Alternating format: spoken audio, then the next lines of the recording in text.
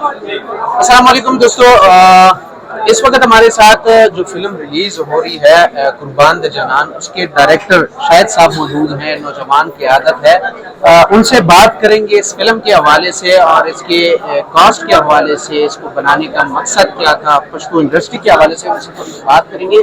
बहुत शुक्रिया शाहिद भाई, क्या कहेंगे पहले, कितनी फिल्में आप बना चुके हैं, ये कौन सी फिल्म आपने बना ली है, इसका मकसद क्या था, पश्तो इंडस्ट्री के हवाले से थोड़ा सा बताइएगा। इस फिल्म पे कितनी कॉस्ट आई है? बहुत शुक्रिया आपका भी, आपकी बड़ी मेहरबानी कि आप कवरेज के लिए आए।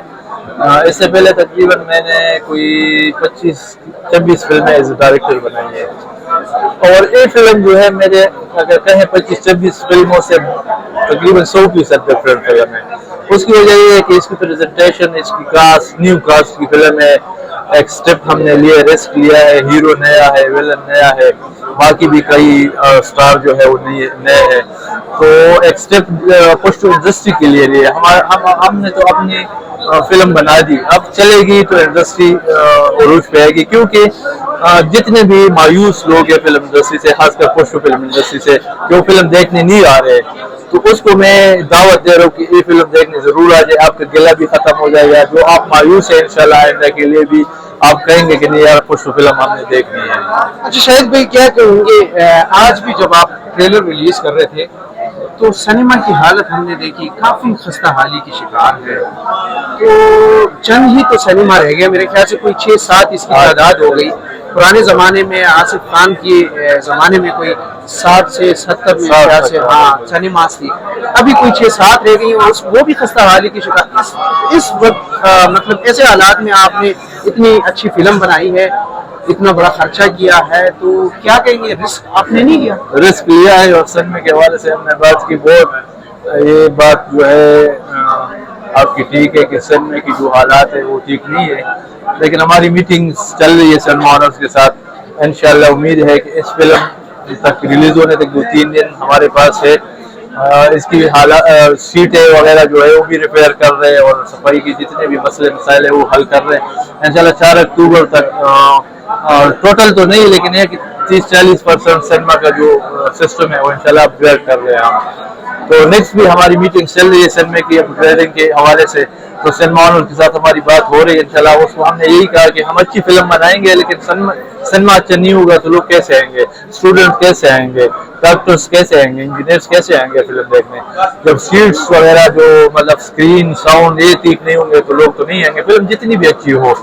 तो इंशाल्लाह उम्मीद है, हमारी बात चल रही है कि 4 अक्टूबर तक हमारी कुछ ना कुछ अपग्रेडिंग हो जाएगी सिनेमा की। अच्छा शाहिद भाई, थोड़ा सा ये बताइएगा कि पश्तो कल्चर को जो टोपक, तमांचा और असले की नुमाइश, इसको काफ़ी तनकीद का निशाना बनाया गया है, तो इस फिल्म में इस्तेमाल किया गया है वही रिवायात के मुताबिक चीज़ें इसमें डाली गई हैं, या नहीं कोई अलग ही कुछ टच दिया गया है? जिस तरह पहले पश्तो फिल्मों में मतलब एक कल्चर दिखाया जाता था वो तो नहीं है, लेकिन थोड़ा बहुत एक्शन के लिए हमारे पास जाहिर है पश्तो फिल्म है, पश्तो नहीं बल्कि जो भी फिल्म हो थोड़ी बहुत एक्शन उसमें लाजमी होती है।